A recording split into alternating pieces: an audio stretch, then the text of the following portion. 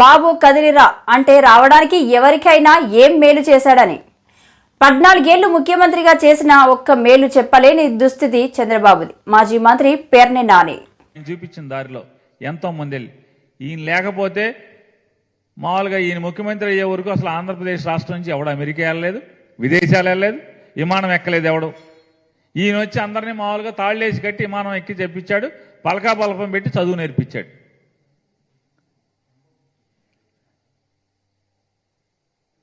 ఒకప్పుడు అంట ఈ రాష్ట్రంలో ఉద్యోగాలు విపరీతంగా ఇచ్చే రాష్ట్రం ఏదంటే ఆంధ్రప్రదేశ్ అంటే తన్నుండగా చూపించేవాళ్ళంట. ఇంటికి ఒక ఉద్యోగం ఇస్తా అని చెప్పి చంద్రబాబు నాయుడు చెప్పి మేనిఫెస్టోలో చంద్రబాబు నాయుడు పవన్ కళ్యాణ్ కలిసి 2014లో ఇంటికి ఒక ఉద్యోగం ఇస్తా ఉన్నారు. 1,60,00,000 పైచిలుకు కుటుంబాలు ఉన్నటువంటి ఈ రాష్ట్రంలో 1,60,00,000 పైచిలుకున్న కుటుంబాల్లో ఎన్ని కోట్ల కుటుంబాలకంటే 1 కోటి ఇచ్చారా, 1,50,00,000 ఇచ్చారా, 1,60,00,000 ఇచ్చారా, 10 లక్షలు ఇచ్చారా? ఎవరికి ఇచ్చారు ఉద్యోగాలు? అసలు ప్రభుత్వ ఉద్యోగాలు ఏం తీసుకున్నారు?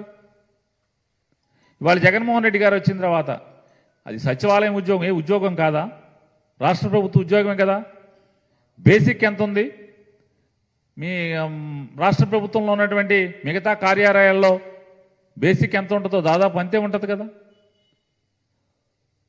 1,40,000 మంది సచివాలయ ఉద్యోగులు, 40,000 మంది ప్రభుత్వ ఆరోగ్య శాఖలో డాక్టర్ల దగ్గర నుంచి కింద స్థాయి ఉద్యోగస్తుల వరకు 48,000 ఉద్యోగాలు ప్రభుత్వ ఉద్యోగాలు. ఈ ఉద్యోగాలు కాదా? ఇది ఉద్యోగ కల్పన కాదా? 2 లక్షల పైచీలకు 2 లక్షల సుమారుగా 2 లక్షల ఉద్యోగాల్ని రాష్ట్ర ప్రభుత్వంలో నిరుద్యోగ యువతకి నింపటం, లేదా ప్రైవేటు పరిశ్రమల స్థాపన ద్వారా ఉద్యోగ అవకాశాలు కల్పించడం, ఇది జగన్మోహన్ రెడ్డి గారు చేస్తే మీ కళ్ళకు కనపడవు. మీరు మాత్రం ఏమీ చేయకుండానే అన్నీ చేసేసినట్టుగా ప్రజలు భ్రమించాలి. ఎప్పటికప్పుడు మేము వస్తే ఇది చేస్తాం అంటే ఉండంగా మాత్రం ఏమీ చేయరు. చంద్రబాబు నాయుడు కానీ, చంద్రబాబు నాయుడు గారి తోడు పవన్ కళ్యాణ్ కానీ వాళ్ళకి అధికారం ఉన్నప్పుడు మాత్రం ఏమీ చేయరు ఈ రాష్ట్రానికి, ప్రజలకి. అధికారం పోయినప్పుడు మాత్రం మీరు మాకు అధికారం ఇవ్వండి, అరిచేతిలో వైకుంఠం చెప్పిస్తాం, మీకు అది ఇస్తాం, ఇది ఇస్తాం, ఉద్యోగాలు ఇస్తాం, బంగారం ఇస్తాం, ఇళ్ళు ఇస్తాం, స్థలాలు ఇస్తాం, సంపద సృష్టిస్తాం. జగన్మోహన్ రెడ్డి గారు అంటే పరిపాలన బాధుడే బాధుడంట. నిత్యావసర సరుకులు ధరం ఆకాశాన్ని అంటుతున్నాయంట. చంద్రబాబు నాయుడు గారిని ఒకటే ప్రశ్నిస్తున్నాం. ఇవాళ మీకు హెరిటేజ్ కంపెనీ ద్వారా మీకు పొందినటువంటి షేర్ల ద్వారా ఏర్పడినటువంటి మీ వ్యాపారం బిగ్ బజార్ అనేటువంటి వెచ్చాలు అంటే కిరాణా సరుకులు, ప్రొవిజన్ స్టోర్ వెచ్చాలు దొరికేటువంటి, వంట నిత్యావసర సరుకులు దొరికేటువంటి బిగ్ బజార్ మీదే. మీకు, మీ భార్య గారికి, మీ కొడుకు గారికి, మీ కోడల గారికి, మీ మనవడ గారికి వాటాలున్న సంస్థ బిగ్ బజార్. బిగ్ బజార్లో తీసుకుందాం, హైదరాబాద్లో ఏ రేట్లు ఉన్నాయి, బెంగళూరు బిగ్ బజార్లో ఏ రేట్లు ఉన్నాయి, కందిపప్పు రేట్ ఎంత ఉంది, శనక్కాయ నూనె రేట్ ఎంత ఉంది, విజయవాడలో శనక్కాయ నూనె రేట్ ఎంత ఉంది, కందిపప్పు రేట్ ఎంత ఉంది, బియ్యం రేట్ ఎంత ఉన్నాయి. మీ బిగ్ బజార్లను చూద్దాం. ఏ రాష్ట్రంలో అయినా సరే చంద్రబాబు నాయుడుకు ఉన్నటువంటి బిగ్ బజార్ దుకాణాలు చంద్రబాబు నాయుడు గారికి వాటా ఉంది. ఆ షాపుల్లో చూద్దాం పదండి. ఏమండి సార్, వీళ్ళు విలేకరులు హెరిటేజ్ దేంట్లో కలిసింది సార్? రండి హైదరాబాద్ వెళ్దాం, రండి. మీరు మూత పడలేదు సార్, ఉన్నాయి సార్ షాపులు. మొన్న కూడా ఎచ్చాలు కొనుక్కొచ్చి తీసుకెళ్ళి చూపించాం. బెంగళూరులో ఎచ్చాలు కొని తీసుకెళ్ళి అనంతపురంలో చూపించాం. మొన్న అనంతపురం మీటింగ్కి వెళ్తా మీ ఇట్లాగే తీసుకెళ్లి బెంగళూరులో బిగ్ బజార్లో కొనుక్కొని తీసుకెళ్లి చూపించాం. ఇదిగో ఇది చంద్రబాబు నాయుడు దుకాణం అని చెప్పని. హెరిటేజ్ సంస్థ దేంట్లో కలిసిందండి? ఫ్యూచర్ సంస్థలో కలిసింది. ఫ్యూచర్లో చంద్రబాబు నాయుడు హెరిటేజ్ కూడా ఫ్యూచర్ కంపెనీకి సంబంధించిన దాని కింద బదలాయింపు జరిగింది. ఫ్యూచర్ హెరిటేజ్లో పాలు, పెరుగు, నెయ్యి మాత్రమే అమ్ముతారు ప్రస్తుతం. అంతకుముందు అన్నీ అమ్మేవాళ్ళు. పాల ప్యాకెట్ రేట్ ఎంత ఉంది? నెయ్యి కేజీ ఎంత ఉంది హెరిటేజ్లో? బెంగళూరులో ఎంత ఉంది? హైదరాబాద్లో ఎంత ఉంది? అదే 360, 370 కదా అర కేజీ నెయ్యి. పాల ప్యాకెట్ అర లీటర్ అదే 30, 32 రూపాయలే కదా. ఎక్కడైనా అదే ఉంది కదా. ఏ ఆంధ్రప్రదేశ్లో రేట్ ఏమైనా తక్కువ, మీరు ఎక్కువ అమ్ముతున్నావా లేదా మీరేమన్నా తక్కువగా అమ్ముతున్నారా మీ హెరిటేజ్ దాంట్లో? పోనీ తేడాలు ఉన్నాయా? బెంగళూరుకి, హైదరాబాద్కి, విజయవాడలో మీ షాపుల్లో మీ హెరిటేజ్ పాల ప్యాకెట్లు ఏమైనా తక్కువ రేట్లకు అమ్ముతున్నారా? పోనీ నెయ్యి ఏమైనా వ్యత్యాసం కనబడుతుందా ఆంధ్రప్రదేశ్కి, బెంగళూరుకి, అక్కడికి ఇక్కడికి ఏమన్నా? అంటే మరి వ్యత్యాసం ఉంటే మీ దుకాణాల్లోనే ఉండాలి కదా, తేడాలు లేవు కదా. అంటే పచ్చి మోసపు మాటలు, దగా మాటలు. జగన్మోహన్ రెడ్డి గారి ప్రభుత్వంలో కిరాణా సరుకులు పెరిగినాయి అని చెప్పని. పోనీ రామోజీరావు గారు మీ మాటలని రామోజీరావు గారు కూడా తప్పుడు రాతలు రాస్తున్నాడు కదా. ప్రియా ఉత్పత్తులు తయారు చేసే దాంట్లో ఆంధ్రప్రదేశ్లో మీ పచ్చళ్ళు, వడియాలు, అప్పడాలు అన్నీ అమ్ముతున్నారు కదా. అన్నీ అమ్మందేముంది? అమ్మే దాంట్లో హైదరాబాద్లో మీ ప్రియా పచ్చళ్ళు రేట్ ఎంత, ప్రియా శనగపొడి రేట్ ఎంత, ప్రియా కందిపొడి రేట్ ఎంత, ప్రియా అప్పడాల రేట్ ఎంత, బెజవాడలో రేట్లు ఎంత? తగ్గేదేలే లేదంటున్న అంగన్వాడీలు, మున్సిపల్ కార్మికులు. నిన్న కార్మికుల ఆందోళనతో దద్దరిల్లిన విజయవాడ. ప్రభుత్వం మొండి వైఖరిని నిరసిస్తున్న సామాన్య జనం. నేను చేసిన పాపం ఏంటంటే న్యాయం కోసం పోరాడుతున్నటువంటి అంగన్వాడీలను అరెస్ట్ చేయొద్దు అని చెప్పని అడగటానికి వచ్చినందుకే మమ్మల్ని కూడా అరెస్ట్ చేశారు. ఈరోజు రాజకీయ పార్టీలను కూడా వీధుల్లోకి లాగి మీకు మద్దతుగా తీసుకొస్తున్నటువంటి ఘనత జగన్మోహన్ రెడ్డి గారికి దక్కుతుంది. ఇప్పటి వరకు రాజకీయాలకు అతీతంగా నడుస్తా ఉంది ఈ ఉద్యమం. అన్ని పార్టీల వాళ్ళు వచ్చి మద్దతు తెలియజేస్తా ఉన్నారు. చివరికి ఎమ్మెల్యేలు కూడా వచ్చి దండాలు పెడుతున్నారు. రేపు ఎన్నికలు వస్తున్నాయి కదా, అందుకని వాళ్ళు వచ్చి దండాలు పెడుతున్నారు. కానీ సమస్యని పరిష్కరించడానికి ఏ ఒక్కళ్ళు కూడా పూనుకోవటం లేదు. 23 రోజులుగా సాగుతున్నటువంటి ఈ సమ్మె చరిత్రలోనే అపూర్వమైనటువంటిది, అసాధారణమైనటువంటి సమ్మె. ఇది ఒక చారిత్రాత్మకమైనటువంటి సమ్మె. ఈ సమ్మెను ఇప్పటికైనా పరిష్కరించి మీరందరూ మీ విధుల్లో చేరి అంగన్వాడీలు నడుపుకునేటట్టు చేయగలిగితే అది ప్రభుత్వానికి శుభం. లేకపోతే ప్రభుత్వం ఇంటికి పోవాల్సినటువంటి పరిస్థితి వస్తుంది. అటువంటి పరిస్థితి కొని తెచ్చుకోవద్దు అని చెప్పి జగన్మోహన్ రెడ్డి గారికి చెప్తా ఉన్నాను నేను. ఈరోజు ఈ పోరాటం ప్రభుత్వానికి వ్యతిరేకంగా సాగుతున్న పోరాటం కాదు. ఇది హక్కుల కోసం సాగుతున్నటువంటి, న్యాయం కోసం సాగుతున్నటువంటి ఉద్యమం ఇది. 2015, 16లో ఇదే రకంగా మీరు విజయవాడలోనే పెద్ద ఎత్తున పోరాటం చేసినప్పుడు ఆ రోజు వైఎస్ఆర్ పార్టీ నాయకులు కూడా వచ్చి మీ పక్కన కూర్చొని మీకు మద్దతు తెలియజేశారు. చాలా న్యాయమైంది. 21,000 ఆ రోజు వాళ్ళు డిమాండ్ చేశారు కనీస వేతనం ఉండాలని. మరి 21,000 ఉండాలని ఆ రోజు మీరు డిమాండ్ చేశారే, అధికారంలోకి వచ్చి 5 ఏళ్లు అవుతా ఉన్నది. ఈ రోజు కనీసం మీరు ఇచ్చినటువంటి మాటను కూడా నిలబెట్టుకోవటం మీ చేత కాదని అడుగుతా ఉన్నాను. సుబ్బరామన్ గారు చెప్పారు, నేను వింటాను, నేను కన్నాను, నేను చూశానని. ఇప్పుడేమంటున్నారు? నేను వినను, నేను చూడను అంటున్నారు. ఇది ఒక బదిర ప్రభుత్వం, ఇది ఒక కుంటి ప్రభుత్వం, ఇది ఒక చెవిటి ప్రభుత్వం. ఈ ప్రభుత్వానికి కళ్ళు చెవులు తెరిపించాల్సినటువంటి బాధ్యత ఈరోజు ప్రజల మీదే ఉన్నది. ఈరోజు మీరు అందరూ ఇక్కడ 1000 మంది ఈరోజు విజయవాడకు చేరుకున్నారు. మీరు చేరుకోకుండా ఎక్కడికక్కడే అరెస్టులు చేసి ఈ ఊళ్ళో ఉన్నటువంటి ట్రక్కులు చాలలేదు, బస్సులు చాలలేదు, ఆటోలు చాలలేదు, చివరికి పోలీసులు కూడా తొలిసిపోయి వాళ్ళు మీ పక్కన కూలబడ్డారు. ఏ రకమైనటువంటి శక్తి పోరాటం, నారీ శక్తి పోరాటం ఇదే. ఈ నారీ శక్తిని ఆపటం ఎవరి వల్ల కాదు అనేటువంటిది జగన్మోహన్ రెడ్డి గారు తెలుసుకోవాలి. పిల్లలకు జన్మనిచ్చేటువంటి తల్లి, పిల్లల్ని పోషించేటువంటి తల్లి ఈ రోజు అపర కాళికలాగా వచ్చిందనంటే ఆ ప్రభుత్వానికి మూడినట్టే అని అర్థం. అందుకే వీళ్ళ శాపాలు కావాలా, వీళ్ళ వరం కావాలా తెలుసుకోవాల్సినటువంటి బాధ్యత జగన్మోహన్ రెడ్డి. జగన్మోహన్ రెడ్డి గారి వరం కోసం మహిళలు ఎదురు చూడటం లేదు. మహిళల యొక్క శాపమా, మహిళల యొక్క వరమా ఆయన తెలుసుకోవాలి. అది ఆయన భవిష్యత్తుకు సంబంధించిన విషయం. ఈ రోజు వరకు అంగన్వాడీల భవిష్యత్తుకు సంబంధించిన ఉద్యమం, రేపటి నుంచి ఇది జగన్మోహన్ రెడ్డి భవిష్యత్తుకి సంబంధించిన ఉద్యమంగా మారబోతుంది. ఇది ఆయన గుర్తించాలి. 5వ తేదీ నుంచి మీరందరూ విధుల్లో చేరాలని కలెక్టర్లు ఇచ్చారు హుకుం. చేరకపోతే గుడివాడ అమర్ నటనకి ఆ నంది అవార్డు ప్రకటించాలి. ఉత్తరాంధ్ర వైసీపీ నేతలు తక్షణమే వైసీపీకి రాజీనామా చేయాలి. రాజీనామాలు చేయని వారు ఉత్తరాంధ్ర ద్రోహులు. అందరికీ నా ఉదయపూర్వ నమస్కారాలు. ముఖ్యంగా దాడి వీరభద్రులు గారు ఒక సీనియర్ ఎమ్మెల్యే మంత్రి చేసిన వ్యక్తి నిజంగా ఇవాళ రాష్ట్ర శ్రేయస్సు కోసం, రాష్ట్ర భవిష్యత్తు కోసం తెలుగుదేశం పార్టీ చేయటం నిజంగా మేము చాలా ఆనందపడ్డాం. మేమే కాదు, ఉత్తరాంధ్ర ప్రజలందరూ హర్షిస్తున్నారు. మరి ఆయన ఆలోచనలు, ఈ ఉత్తరాంధ్రకి ఆయన చేసిన సేవలు ఎవరూ మర్చిపోలేదు నీటికి కూడా. కానీ చాలామంది బాధపడటం వాస్తవం. అంత గొప్ప వ్యక్తిని వైఎస్ఆర్సీపీ నెగ్లెక్ట్ చేసి పక్కన పెట్టడం అనేది చాలామంది తెచ్చిచ్చారు. ఆయన సలహా సూచనలు తీసుకోకుండా నియంత్రణ పరిపాలించారు.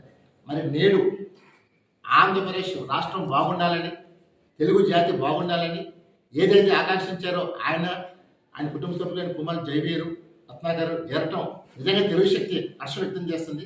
ఇవాళ ఒకటే పిలిపిస్తాను, ఉత్తరాంధ్ర వైసీపీ నాయకులందరూ ఒకటే పిలిపిస్తాను. నిజంగా ఉత్తరాంధ్ర అభివృద్ధి మీరు కోరుకుంటే దాడి వీరభద్రరావు గారు మాటలో నడిచి రమ్మని చెప్పి పిలిపిస్తున్నాను, వైసీపీ వీడమని పిలుస్తాను. నిజంగా వీడకపోతే వీళ్ళందరూ ఉత్తరాంధ్ర ద్రోహులని మనం చేస్తాను. ఇవాళ పరిపాలన రాజధాని పేరుతో ఉత్తరాంధ్రం పూర్తిగా సర్వనాశనం చేశారు. ఇవాళ ఎవరు ఇక్కడ రాజధాని కోరుకోలేదు, అభివృద్ధి కోరుకున్నారు, ఉపాధి కోరుకున్నారు.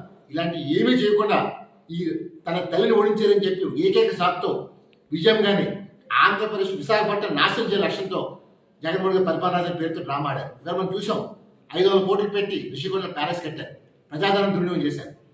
ఏ తప్పు చేయకపోయినా చంద్రబాబు నాయుడు గారు 53 రోజులు జైలు పెట్టారు. నీటికి కూడా ఏదో సాక్ష్యం పెట్టలేకపోతున్నారు. మరి ఇక్కడ స్థానిక ఎమ్మెల్యే మంత్రి గురు అమర్నాథ్ గారు ఏదో అనకాపల్లిని విడిస్తే చాలా ఏదో మొన్న చూసాం, ఒక కన్నీటి గర్భమైన డ్రామాలు ఆడారు. నిజంగా ఆయనకి నందేవాడు అని చెప్పి పిలిపిస్తున్నారు ఆయన చేసిన నటనకి. ఈవేళ నిజంగా అనకాపల్లి ప్రజలు ఎవరు కోరుకుంటలేదు. నాడు నువ్వు గెలిచావంటే వీరభద్రరావు గారు వాళ్ళు నువ్వు గెలిచావు తప్ప నీ వల్ల కాదు మనం చేస్తాను. అలాంటి వ్యక్తి కార్పొరేట్ సమాజంలో డిమాండ్ చేస్తాను. మరి మాట్లాడితే కామన్ చేసావు, తాడేపల్లి ప్యాలెస్ స్క్రిప్ట్ పెట్టారు, ఆ స్క్రిప్ట్ అక్కడ మాట్లాడావు. అంతలా ఇప్పటికైనా సరే నీ తండ్రి గురునాథరావు నేర్చుకో. నువ్వు ఊసురుళ్ళక పార్టీలు మారే తప్ప అభివృద్ధి చేయలేదు. ఈరోజు ఇదే అనకాపల్లి ప్రజలు నువ్వు ఎప్పుడు పోతావని దర్శించారు. ఇవాళ చూడవని ప్రజలు కూడా నువ్వు వస్తావంటే మా బుద్ధి ఈ అమరని చెప్పి మాట్లాడుతున్నారు. అసలు నిజంగా నువ్వు అభివృద్ధి చేసావంటే సోమవారం నాడు అనకాపల్లి కానీ లేదా విశాఖపట్నం కానీ ముఖాముఖి చర్చ రాఘవని పిలిపిస్తాం. ఒక పరిశ్రమ శాఖ మంత్రిగా ఉండి స్టీల్ ప్లాంట్ని పోతుంటే కనీసం మాట్లాడలేకపోతున్నాం. తమిళనాడు సేలంలో కానీ కర్ణాటక భద్రావతిలో కానీ అక్కడ స్టీల్ ప్లాంట్ పెడుగు చేస్తుంటే అక్కడ ముఖ్యమంత్రి అడ్డుకున్నారు. మరి ఇక్కడ నువ్వు పుట్టక ముందు స్టీల్ ప్లాంట్ పుట్టింది. అలాంటి స్టీల్ ప్లాంట్ నాశనం అవుతుంటే కనీసం స్పందన లేదు, బడ్జెట్ చేసుకుంటారు. దాన్ని ఒకటే పిలిపిస్తున్నాను, ముఖ్యంగా అమర్ వెనకాల ఉన్న బినామీలు మొత్తం అరెస్ట్ చేస్తాం. ముఖ్యంగా బుడ్డేపల్లి ప్రసాద్ ఇలా చాలా మంది బినామీలు ఉన్నారు. ఈ బినామీలందరినీ రేపు ప్రభుత్వం మారగానే జైలుకు పంపించి దాడి వీరభద్రరావు నాయకత్వంలో ప్రజలందరూ నడవబోతున్నారు. అందువల్ల రేపు మొత్తం ఉత్తరాంధ్ర స్వీప్ చేయబోతున్నాం. ఒక్క సీట్ కూడా వైసీపీ గెలవదు. ఒక వైసీపీ ఉత్తరాంధ్ర కాదు, మొత్తం 170కి 170 స్థానాలు జనసేన టీడీపీ పార్టీ కూటమి గెలవబోతుంది. ఇది ఒకటే పిలిపిస్తున్నారు, నాడు స్వతంత్రం రావాలని, స్వార్థం నశించాలని, కుల మత వర్గ వర్ణ ఎలాగైతే పోరాడామో అదే స్ఫూర్తితో నేటి ముందుకు రావాలి. ప్రతి ఒక్క యువత, ఒక సుభాష్ చంద్రబోస్, ఒక భగత్ సింగ్, అల్లు సీతారామరాజు, ఝాన్సీ లక్ష్మీబాయి, రాణి రుద్రదేవి మరియు సర్వస్వం కావాలి. యుద్ధం చేస్తుంది ఏదో నా కోసమో చంద్రబాబు కోసమో పవన్ కాదు, తెలుగు జాతి కోసం. ఈ తెలుగు జాతికి చంద్రబాబు కావాలి, పవన్ కళ్యాణ్ కావాలి. అందులో ఒకటే పిలిపిస్తాను, 5 కోట్ల ప్రజలకి ఆలోచించండి. ఈ రాష్ట్రాన్ని కాపాడుకుందామా, మళ్ళీ జగన్ చేతిలో పెట్టి రేపు మీ ఆస్తులే లాక్కుంటాడు. ఇవాళ మనం కొత్తగా చూసాం, కొత్త చట్టం తీసుకొస్తున్నాడు. అంటే మన ఆస్తులు అంటే అడిగి పెట్టాలంటే దేశపాపి ఇస్తాడండి. ఇది ఎక్కడ ఏ రాష్ట్రం లేదు. మరి నిజంగా రేపు కానీ మళ్ళీ జగన్ చేస్తే మొత్తం నడువులో పెట్టి మనందరూ లాగేస్తారు. ఈ రాష్ట్రాన్ని కాపాడుకుందాం. స్వతంత్ర పోరాట ఉద్యమ స్ఫూర్తితో మళ్ళీ ఆంధ్రప్రదేశ్లో స్వతంత్ర ఎదిగేద్దాం.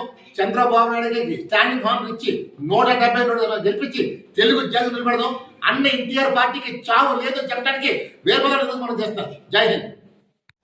వైసీపీ పతనం మొదలైంది. తల్లిని చెల్లిని ఉద్ధరించలేని నువ్వు రాష్ట్రంలో ఉన్న మహిళలను ఉద్ధరించగలవా? మార్చాల్సింది ఎమ్మెల్యేలను కాదు, సీఎం జగన్ రెడ్డిని. ధర్మవరం మీడియా మిత్రులతో జనసేన పార్టీ రాష్ట్ర ప్రధాన కార్యదర్శి చిల్కం మధుసూదన్ రెడ్డి జిమ్ముకు చేస్తున్నాడు. అంటే ఊరికే పొద్దున్న లేస్తేనే యూట్యూబ్లో వ్యూస్ కోసం బిల్డప్లు ఇస్తున్నాడు తప్ప ప్రజలకు పనిచేసింది. గత 5 రోజుల నుంచి ఏదో కండవా చుట్టేసుకొని నేను వైసీపీ అన్నట్టు. ఇంతకుముందు ఎవరైనా వైసీపీ కండవా చూసినావా? ఎవరో చూసి నాకు చెప్పండి, పర్వాలేదు, నో ప్రాబ్లం. వైసీపీ కండవా మీరు వేసుకుంటే నాకు ఎవరైనా చెప్పండి కేతిరెడ్డి ఎప్పుడన్నా ఎప్పుడు వైసీపీ కండువ లేదు, ఆయన సొంత వైసీపీ కండువ లేదు. అంతా వాళ్ళ జగన్ రెడ్డి అట్లా మోనార్కో, ఈయన అట్లా మోనార్కేడా అంటే నేనే ఇక్కడ రాజు, నేనే రారాజు, నాకు కోటు ఉంది, మా జగన్ రెడ్డి కన్నా కోట్ లేదు కానీ నాకు కోటు ఉందేడా అని చెప్పి పెద్ద లైట్ వేసి గుర్రాలు పెట్టి అంటే వాళ్ళ జగన్ రెడ్డి అంతా పైన తిరిగితే హెలికాప్టర్లో ఇక గుర్రాల మీద కూడా తిరిగారు. మీరు చూశారు లేదో, గుర్రాల మీద ఓ రోజు గుర్రాలు వేసుకొని వచ్చాడు ధర్మారం టౌన్లోకి. గుర్రాలు వేసుకొని ఇట్టించి ఇంటికి అట్టించి అటుకి పోతాడు. ఆడ సాయిబాబా గుర్తావా బోట్లు ఉంటాయి, ఆ బోట్ ఎక్కుతాడు. అట్టించి మళ్ళీ బోట్ ఎక్కి ఆ లైట్ హౌస్లోకి వెళ్తాడు, ఆ గుర్రాల కొండలోకి వెళ్తాడు. ఇప్పుడు ఏదో నాకు ఎవరో చెప్పడం ఏమంటే ప్రజలు ఇంతకుముందు అనేవాళ్ళు బా ఆడ లైట్ వేసిట్టాడు సార్, ఆ లైట్ కనపడేది సార్ గుర్రాల కొండ అని చూపించింది ఇంతకుముందు నాకు ఒకసారి. ఇప్పుడు ఏమో సార్ గుర్రాలు కనపడలేదు, లైట్ కనపడలేదు సార్, ఏమో ఒక 2-3 నెలలు అయిన సార్ మొత్తం అన్ని ఆఫ్ చేసేసినారు, ఏమైందో గుర్రాల కన్నా సరిగ్గా కనపడలేదు సార్ అంటున్నారు. అంటే నువ్వు చెప్తున్నావు చూడు, ఇప్పుడు తెలిసిపోయింది అంటే నా కథ అయిపోయింది, నేను తిరగాల ప్రజల్లో అని చెప్పేసి వాళ్ళ జగన్ రెడ్డికి ఎట్లా అర్థమైందో ఈ కేతిరెడ్డి కూడా అర్థమైంది. అంత సూట్ కేసులు కూడా సర్దుకున్నారు. రాష్ట్ర వ్యాప్తంగా జరుగుతున్న ప్రాసెస్ అందులో భాగంగా ఇక్కడ కూడా జరుగుతూ ఉంది. ప్రతిపక్ష పార్టీల నాయకులను వాళ్ళలో ఉండే బలహీనతలను ఆసరాగా తీసుకుని ఎమ్మెల్యే లబ్ధి పొందినాడు. అవును, ఈసారి కూడా అదే ప్లాన్ లో ఉన్నాడు అనేది ఒక భావన. గతంలో ప్రతిపక్ష పార్టీల నాయకుల బలహీనతలతో ఎమ్మెల్యే తీసుకుని గెలిచాడు. ఈసారి అదే ఇదిగా ఉన్నాడు. నాకు కూడా ఏదో చెప్పారు, బాగా సంతోషపడుతున్నాడు అని చెప్పేసి. ఈ ప్రతిపక్షంలో మా వాళ్ళు కొద్దిగా అంటే మా మిత్రపక్షాలు కొద్దిగా ఈ మధ్యకాలంలో ఏదో ఈ స్టేట్మెంట్ దాన్ని చూసి బాగా సంతోషపడుతున్నాడు అని చెప్పారు.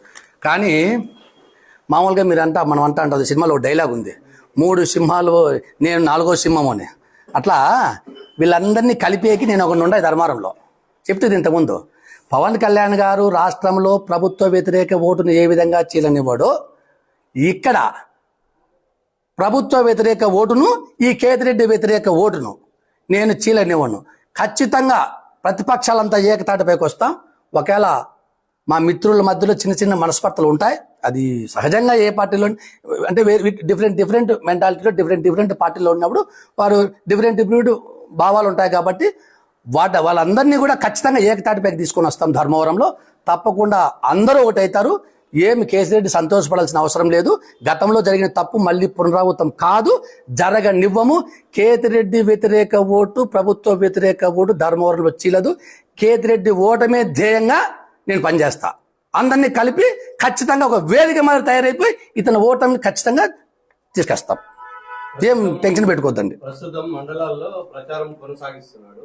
ప్రభుత్వ పథకాలు ప్రతి ఇంటికి ఇన్ని పథకాలు వచ్చినాయి. ఆ పథకాలు ఒక పాంప్లెట్ ప్రజలకు ఇస్తూ ఇంటింటికాడ ప్రచారం కొనసాగిస్తున్నాడు. అందులో భాగంగా నేనే ఇక్కడ ఎమ్మెల్యేగా గెలుస్తాను అనేది ఆ పాంప్లెట్ తో పాటు ఇంకో పాంప్లెట్ కూడా ఇస్తే మేలు. ఎక్కడెక్కడ భూ కబ్జాలు చేసినాడు, ఎక్కడెక్కడ కొండ కట్టాడు, కొండ మీద కోట కట్టాడు, ఎన్ని స్టీమర్లు ఉన్నాయి, బోట్లు, ఎన్ని గుర్రాలు ఉన్నాయి, ఎంత కంకర ఇది ఎంత ఇసుక దోపిడీ చేశాడు, ఎన్ని భూ కబ్జాలు చేశాడు, ఎన్ని కొండలు మాయం చేశారు, ఎంతమంది కొంపలు కూల్చారు ధర్మవరంలో, ఎంతమందిని కాళ్ళు ఎరగొట్టించినారు, ఎంతమందిని చంపించినారు, ఇవి కూడా తిమ్మలేదు పాంప్లెట్. అవి బేరీజ్ చేసుకొని చిత్రగుప్త అది వేస్తారు ప్లస్లు మైనస్లు. ఇవి అది కూడా మంచితే బాగుంటుందని చెప్పి నేను అనుకుంటాడు. ఎందుకంటే ఆర్బీఐ దీపం వెళ్తురు ఎక్కువ అయిపోయింది. రాష్ట్రంలో జగన్ రెడ్డి పని అయిపోయింది, ధర్మవరంలో కేతిరెడ్డి పని అయిపోయింది, కేతిరెడ్డి పని అయిపోయింది. ఇంక ఓటమే, ఇంక వాళ్ళు సూట్ కేసు సర్దుకొని రెడీగా ఉంటారు. అది తీసుకొని పోయేది లైట్ తొందరలో. ఇంకంతా వాళ్ళ అనుచర గుణం కూడా వేరే పక్క రాష్ట్రాల్లో బిజినెస్ స్టార్ట్ చేశారు. అప్పుడే స్థావరాలు ఏర్పాటు చేసుకుంటున్నారు. అంటే ఎటు వెళ్ళాలి మనం ఇంకా 3 నెలల తర్వాత అని. ఇంకా అవన్నీ ఏం లేదు, ఊరికే పాంప్లెట్లు పంచుకుంటారు. కామనే కదా, ఎలక్షన్ దానికి ఏదో ఒకటి పంచాలా. ఊరికే పోతే ఎప్ప వచ్చినాం ఎంతకంటారు. ఎప్ప ఇంతకుముందు అయితే యూట్యూబ్ పెట్టుకో ఇట్లా పోతాండి ఏ పని చెప్పదు అండి. ఇప్పుడు ఏం లేదు, ఎప్ప అడుక్కోవాలి, ఇప్పుడు ఓటేయండి అని. ఇంకేదో ఒకటి అడుక్కోవాలనుకున్నాడు, ఏదో పేపర్లు కూడా ఏదో ఒకటి ఇస్తాడు. ఏమో వచ్చే ఎన్నికల్లో వైసీపీని తిప్పికొట్టాలి. మాజీ ఎమ్మెల్యే పల్ల శ్రీనివాస్ పిలుపు. ఈ రోజు విశాఖ నగరంలో తెలుగుదేశం పార్టీ కార్యాలయంలో మీడియాతో మాట్లాడుతూ టీడీపీ తీసుకువచ్చిన సూపర్ 6 పథకాలు మన ప్రభుత్వం రాగానే తప్పకుండా అమలు పరుస్తామని అన్నారు. చెప్పేసి 15,000 చెప్పిన చదువుకున్నటువంటి పిల్లలకి, అలాగే 18 సంవత్సరాలు నిండినటువంటి ఆడపిల్లలకి నెలకి 1,500 చెప్పిన మహాశక్తి ద్వారా ఇవ్వాలన్న ఇదొక పథకం మేము మినీ మేనిఫెస్టోలో పెట్టడం జరిగింది. దీని మీద కూడా అవగాహన కల్పించాలని చెప్పేసి ఈ రా కదలరా అనే ప్రోగ్రామ్ కూడా తీసుకుంటామని చెప్పి తెలియజేస్తున్నాం. ఇదే కాకుండా యువగలం ద్వారా సుమారు 70 లక్షల మందికి ఉద్యోగ అవకాశాలు కల్పించాలి. ఆ లక్ష్యంగా మౌలిక వసతులు ఏ విధంగా కల్పించాలి, ఇండస్ట్రీస్ ఏ విధంగా మనం ఆహ్వానించాలి, ఇండస్ట్రీ సమ్మిట్ ద్వారా ఎలా ఇండస్ట్రీలు పెట్టించాలి, వాటికి ఏ విధంగా రాయితీలు ఇవ్వాలని మీరు అందరూ కూడా గమనించాలి. గడిచిన 4.5 సంవత్సరాలుగా ఈ ప్రాంతంలో ఇండస్ట్రీ రాలేదు. ఎందుకంటే ఉన్నటువంటి ఇండస్ట్రీలు తగిలేశారు. లూలు గ్రూప్ను తగిలేశారు. లూలు గ్రూప్ను ఎందుకు తగిలేశారంటే కేవలం కమిషన్ కోసమే. అలాగే జాకీని తగిలేశారు. జాకీని ఎందుకు తగిలేశారు? వీళ్ళు కేవలం కమిషన్ల కోసమే. అలాగే అనేక ఫ్రాంక్లిన్ టెంపుల్టన్, విశాఖపట్నంలో ఉన్నటువంటి ఫ్రాంక్లిన్ టెంపుల్టన్ కంపెనీ వాళ్ళ ఆపరేషన్ స్టార్ట్ చేసిన తర్వాత వాళ్ళ మీద మిథున్ రెడ్డి గారు వెళ్ళి పార్లమెంట్ లో ఆ 40 ఎకరాలు ల్యాండ్ స్కామ్ అంటే వాళ్ళు ఇమ్మీడియట్ గా ల్యాండ్ సరెండర్ చేసి ఆడబడి వెళ్ళిపోయారు. మల్టీనేషనల్ కంపెనీస్ అంటే దానికి ఏ విధంగా గౌరవాలనే ఆలోచన ఉండాలి. ఏ మాత్రం ఆలోచన లేనటువంటి పరిణితి లేనటువంటి నాయకత్వంతో ఈరోజు ఈ రాష్ట్రాన్ని నడుపుతున్నారు. పరిణితి లేనటువంటి నాయకత్వం, అవగాహన లేనటువంటి నాయకత్వం, ఆ నాయకత్వంతో ఈరోజు రాష్ట్రాన్ని అధోగతి పాల్చేసేటువంటి పరిస్థితి. కనుక యువగలం ద్వారా సుమారు 70 లక్షల మందికి ఉద్యోగ అవకాశాలు కల్పించాలనే ఉద్దేశంతో ఆ పథకం చేపట్టడం జరిగిందని చెప్పి తెలియజేస్తున్నాం. అలాగే అన్నదాత అనే పథకం ద్వారా రైతులకి 20,000 రూపాయలు వాళ్ళ అకౌంట్ లో వేయాలని ఇదొక పథకాన్ని కూడా చేపట్టడం జరిగిందని చెప్పి తెలియజేస్తూ, అదే ఇంటింటికి స్వచ్ఛమైన నీరు ఇవ్వాలని, ట్యాప్ కనెక్షన్ ఇవ్వాలని, వీలుంటే దాన్ని బట్టి భవిష్యత్తులో అది ఫ్రీగా మార్చాలని కూడా ఆలోచనతో ఇది ఇంటింటికి నీరు అని చెప్పేసే కార్యక్రమం కూడా చేపట్టడం జరిగిందని చెప్పి తెలియజేస్తున్నాం. ఇంకోటి పూర్ టు రిచ్.